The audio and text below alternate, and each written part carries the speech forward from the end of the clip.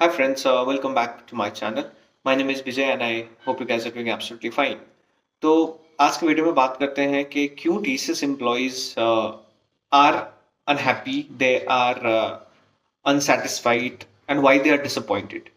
क्योंकि मैं एक जनरल पर्सपेक्टिव से बात करूंगा इस वीडियो में एंड आई एम श्योर आप लोग जितने भी हो आप मेरी बातों से एग्री भी करोगे और मैं ऐसे नहीं बोल रहा हूँ कि हर कोई अनहैप्पी है हर कोई डिससेटिस्फाइड है there are lot of people who are very happy जिनका करियर ग्रोथ उनके हिसाब से ही हुआ है किसी किसी का तो एक्सपेक्टेशन से ज्यादा हुआ है राइट कितने लोगों को बहुत ही जल्दी ऑन साइड अपॉर्चुनिटी मिल गया है कितने लोगों को जो जिनका एस्पिरेशन मैनेजमेंट में था वो लोग मैनेजमेंट में चले गए बहुत जल्दी राइट तो it again it depends upon case to case but एक जनरल सा स्टेटमेंट बता सकते हैं कि जहाँ पे कौन कौन सी ऐसी चीजें हैं जिसको टीसीएस को ध्यान देना चाहिए जिस पे टीसीएस को काम करना चाहिए इम्प्रूव करना चाहिए और उन सारी चीजों को थोड़ा इम्प्लॉय फ्रेंडली बनाना चाहिए तो उसके बारे में डिटेल में बात करेंगे इस वीडियो में मैं जितने भी इनपुट्स दूंगा वो मैं अपने एक्सपीरियंस के हिसाब से भी दूंगा और प्लस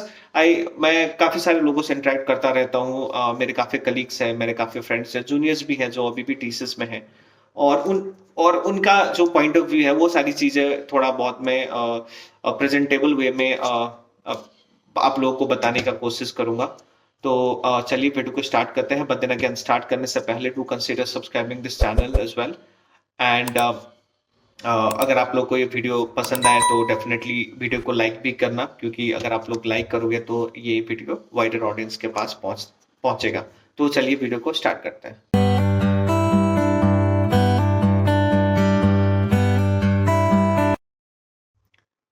तो मैंने अपने हिसाब से पॉइंट के हिसाब से डाला है चीजों को जो मेरे लिए सबसे इम्पोर्टेंट है वो उसको मैंने टॉप पे डाला है और जो उससे कंपेरेटिवली लेस है वो सेकंड एंड थर्ड और इस हिसाब से मैंने थोड़ा सीक्वेंस में बनाया है तो सबसे पहले और सबसे इम्पोर्टेंट चीज जो मेरे लिए है आई एम श्योर आप लोगों के लिए भी सेम ही होगा is salary we all know TCS बहुत ही कम सैलरी ऑफर करती है चाहे वो एंट्री लेवल हो चाहे वो एग्जिस्टिंग एम्प्लॉयज के लिए हो चाहे कोई एक्सपीरियंस्ड कैंडिडेट्स की जब भी हायरिंग होती है उसके लिए हो कंपेरेटिवली बहुत ही कम सैलरी ऑफर करती है एंट्री लेवल की बात करें तो we all know it's normally 3.5 LPA अभी अभी भी सेम है और हाँ बट देन अगर आप ये बोल सकते हो कि नहीं there are different different programmes जिसके through TCS is offering a good entry level salary as well I agree definitely there are some programmes but अगर फिर भी हम मेजर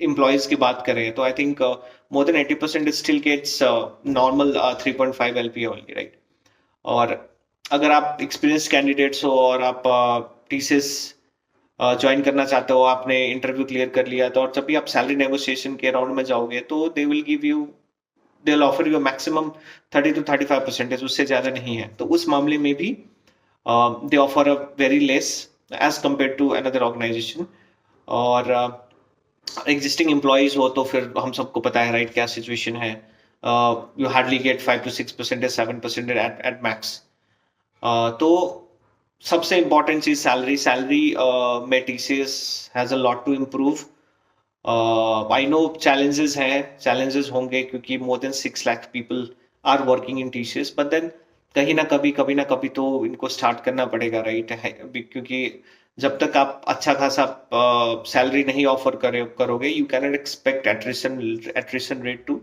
रिड्यूस क्योंकि लोगों को पैसा नहीं मिलेगा क्योंकि काम तो सेम ही करोगे राइट अगर दूसरे ऑर्गेनाइजेशन पे भी जाओगे काम सेम ही है लेकिन वहां पे आपको ज्यादा पैसा मिल रहा है तो फिर कोई टीसीएस में क्यों रुकेगा और that is the reason attrition rate हमेशा ही ज्यादा रहता है टीसीएस का ठीक है तो ये तो सबसे इंपॉर्टेंट चीज हो गई सैलरी अब सेकंड इंपॉर्टेंट चीज है लिमिटेड करियर ग्रोथ और वो भी in certain area so basically limited career growth is another challenge जो मेरे लिए सेकंड रैंक पे है और क्योंकि वी ऑल नो जैसे प्रमोशंस हो गए राइट ऑन साइट अपॉर्चुनिटीज हो गई इन सब में कोई श्योरिटी नहीं है कि आपको कब मिलेगा ठीक है आप कितना वेट करोगे राइट किसी किसी के लिए वो वेट करना becomes a very very difficult thing क्योंकि वी डोंट नो वो बंदा फाइनेंशियली किस सिचुएशन में है उसका एस्पिरेशन क्या है, कितना पेशेंस लेवल है, राइट, अपने करियर को किस हिसाब से ले जाना चाहता है, वो सारी चीजें पर्सन टू पर्सन डिपेंड करती है। लेकिन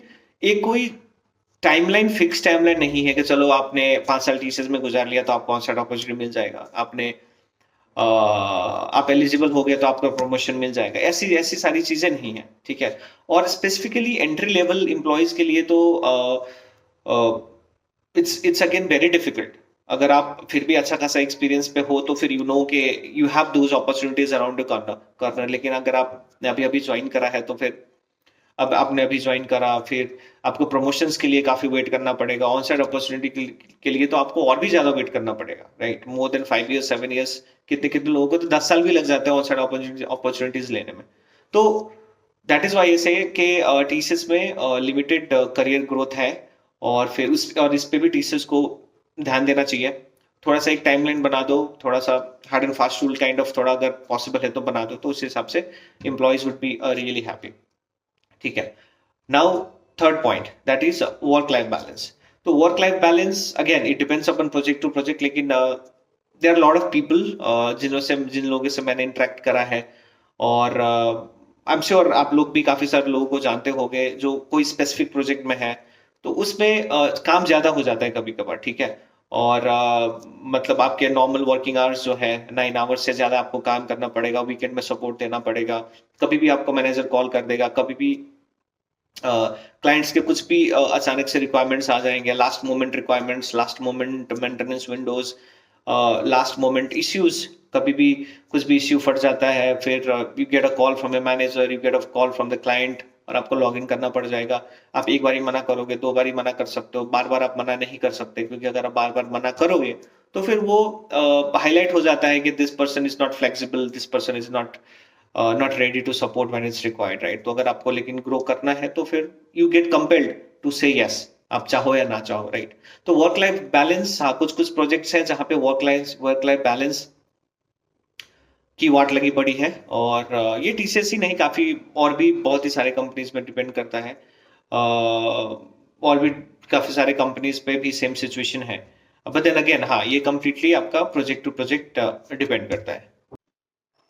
another point is training and skill development. तो टीसीएस एक ऐसे कंपनी है जिसपे ट्रेनिंग के नाम पे, स्किल डेवलपमेंट के नाम पे कुछ भी नहीं है, zero you get from the organization, कोई भी सपोर्ट नहीं है। ऐसा नहीं है कि आपको कुछ स्किल डेवलप करना है, मान लो आपके प्रोजेक्ट में कुछ एक अलग से स्किल की रिक्वायरमेंट होगी, राइट। तो व्हाट दे विल से कि you do a self studying, do a certification, whatever you need to do, right. आप अपने हिसाब से पढ़ो और फिर you have to support you, they don't give you an option जहाँ पे कोई कंपनी की तरफ से कोई किसी को एक्सटर्नल ट्रेनर को लाया जाए, हफ्ते दिन का, 10 दिन का, डिपेंडिंग अपन क्या क्या स्किल है उस हिसाब से कोर्सेज कराया जाए, और उस हिसाब से एम्प्लॉय को रेडी करे, राइट। तो ये बिल्कुल भी नहीं है। और हाँ, लेकिन आप बोलोगे कुछ कुछ इंटरनल डेफिनेटली होता है कभी कभार, लेकिन believe me, these internal trainings are absolutely waste of time, जो ट्रेनर है उसके लिए भी, जो ले रहा है उसके लिए भी। और ये सिर्फ डॉक्यूमेंटेशन के लिए आपको बोला जाएगा चलो ये ट्रेनिंग दे रहा है, ये आप अटेम्प्ट कर लो। बिलीव मी, अगर आप सीरियस तरीके से भी वो 2 घंटे 4 घंटे 5 घंटे आप बैठोगे ना, देयर विल बी कुछ भी फायदा नहीं होगा। और उसका बेनिफिट क्या हो जाता है कि आपके नाम पे एक डॉक्यूमेंटेशन हो जाएगा कि इस बंदे ने ये ट्रेनिंग अटेंड करी है, और ये ट्रेनिंग अटेंड करी है मतलब इस बंदे को ये चीज आना चाहिए, जबकि वैसा होता नहीं है। तो ये तो और भी डिफिकल्ट सिचुएशन हो जाता है, क्योंकि आप सिर्फ नाम के लिए जा रहे हो, आप जा रहे हो लेकिन अब सीखोगे कुछ नहीं, लेकिन आपके नाम के अगेंस्ट वो ट्रेनिंग अटेंडेड वाला डॉक्यूमेंटेशन हो जाता है, ठीक है। तो ये बहुत ही गलत चीज है, स्पेसिफिकली टीसीएस के बारे में अगर मैं बात करूं तो। और टीसीएस को they should improve on this, like they also know that they have to, लेकिन I don't know why they don't do external। again, पैसे की बात जब भी आप बात करने जाओगे, it's all about funds, it's all about money। इतना तो पैसा है, पता नहीं कहाँ लेके जाते हैं पैसा इतना सारा, यार। you have to invest on your employees। आपको external trainings, external skill development के तरफ भी ध्यान देना चाहिए, इट्स वेरी इंपॉर्टेंट, ठीक है। अब comes another point, that is project allocation. Project allocation का I think it's an open secret, हम सबको पता है क्या सिचुएशन है। चाहे आप फ्रेशर्स हो, आपको बेंच पे डाल दिया जाता है, चाहे आप एक्सपीरियंस कैंडिडेट्स हो, आपने टीसीएस ज्वाइन करी, आपको बेंच पे डाल दिया जाएगा, ठीक है। चाहे आप एग्जिस्टिंग एम्प्लॉइज हो, आपके पास एक प्रोजेक्ट है, प्रोजेक्ट चलो चला गया टीसीएस से, आपको बेंच पे डाल दिया जाएगा, राइट? तो बेंच स्ट्रेंथ होना अच्छी बात है, लेकिन टीसीएस जैसे ऑर्गेनाइजेशन में बेंच स्ट्रेंथ होना ये बहुत ही बड़ा डिसएडवांटेज भी है, क्योंकि you never know when you get pushed into bench. Freshers है, आपको कोई आइडिया नहीं, आपको बेंच पे डाल देगा, they will tell that yes we are finding a project for you. आपने नया नया ज्वाइन करा है, you have 5 years 10 years 7 years of experience, you have a lot of expectation. हो सकता है काफी सारे प्रोजेक्ट जो पाइपलाइन में थी इनकी, उस हिसाब से इन्होंने हायरिंग करी है, लेकिन वो प्रोजेक्ट मिला नहीं, देन दिल put you in a bench. और वो तो सबसे ज्यादा क्रिटिकल सिचुएशन हो जाता है, क्योंकि आपने कोई एग्जिस्टिंग कंपनी छोड़ी है, आपकी पुरानी कंपनी छोड़ी, आप टीसीएस ज्वाइन कर रहे हो, you have a lot of expectation, lot of aspirations, लेकिन आपको वो बेंच पे डाल देंगे, ज्यादा क्लैरिटी होगा नहीं, और जस्ट टू अलोकेट यू, वो आपके स्किल भी नहीं देखेंगे ज्यादातर, और स्पेसिफिकली फ्रेशर्स के लिए आपका क्या इंटरेस्ट है नहीं है, वो सिर्फ डॉक्यूमेंटेशन के लिए, जहां भी इनको कुछ रिकॉर्ड, जहां भी कुछ ओपनिंग मिलेगा ये आपको वहां पे डाल देते हैं, जबरदस्ती पूछते भी नहीं है। और कई कई कितने बार एक्सपीरियंस कैंडिडेट्स के लिए भी सेम होता है। तो ये सारी चीजें हैं, और RMG, we all know the great RMGs of TCS, हम सबको पता है उनका क्या रेपुटेशन है, एम्प्लॉयज उनके बारे में क्या सोचते हैं, और टू लार्जर एक्सटेंट वो सच भी है, क्योंकि वो करते हैं ऐसे, that is why they have this impression created for them. तो project allocation again a very important thing that TCS has to work. अब बात कर लेते हैं अनदर पॉइंट जाती, दैट इज जॉब रूटीन। तो अगेन जैसे टीसीएस जैसे कंपनीज होती है, काफी मतलब काउंटलेस प्रोजेक्ट्स है, राइट? और फिर अब अगर आप एक प्रोजेक्ट में जाओगे, आपको थोड़ा सा टाइम लगेगा सीखने में, 4-5 महीने 6 महीने 8 महीने आप सीख लोगे सारी चीजें, राइट? आपको पता चल जाएगा डे टू डे ऑपरेशंस में क्या क्या जॉब करना है। उसके बाद क्या होता है कि मोनोटोनस सा हो जाता है, राइट? अब 6 महीने आपने सीख लिया, 1 साल एंजॉय करोगे, 2 साल एंजॉय करोगे, 3 साल एंजॉय करोगे, राइट? उसके बाद बहुत ही ज्यादा मोनोटोनस हो जाता है, और अगर आप बोलोगे कि यार मेरे को कुछ और अलग सीखना है, कुछ और अलग करना है, मेरे को प्रोजेक्ट से रिलीज दे दो, तो वी ऑल नो कि प्रोजेक्ट रिलीज ऐसा चीज है, जैसे वो लोग ऐसे उसको मानते हैं कि चलो, जैसे मान लो आपने किसी का जान ही मांग लिया है, right? Project release is very difficult in TCS, और इसीलिए थोड़ा सा फ्रस्ट्रेशन और डिसअपॉइंटमेंट धीरे धीरे आने लगता है, and people quit ultimately. Believe me, there are lot of people who do not want to quit TCS, but then they want to change the project. लेकिन जितना challenge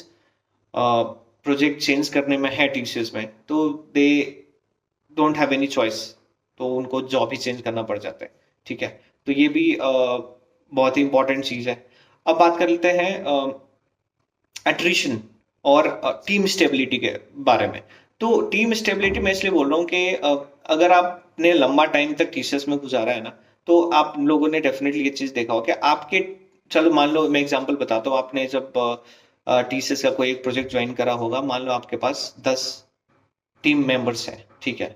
let's take an example के 10 लोग थे, और अगर आपने 4 साल उसी प्रोजेक्ट में गुजारा है ना, तो बिलीव मी, 10 में से 6 लोग डेफिनेटली छोड़ के चले गए होंगे, ठीक है? हाँ, बट और ये 6 लोग वैसे होंगे जो 3 साल 4 साल 8 साल 9 साल एक्सपीरियंस, 10 साल वाले एक्सपीरियंस होंगे।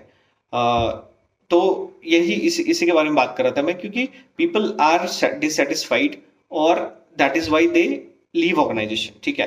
तो अब कंपनी छोड़ के जा रहे हैं, तो they have to backfill, right? तो फिर ये कहीं कभी कभार बाहर से हायरिंग कर लेंगे, कभी कभार फ्रेशर्स को डाल देंगे, राइट?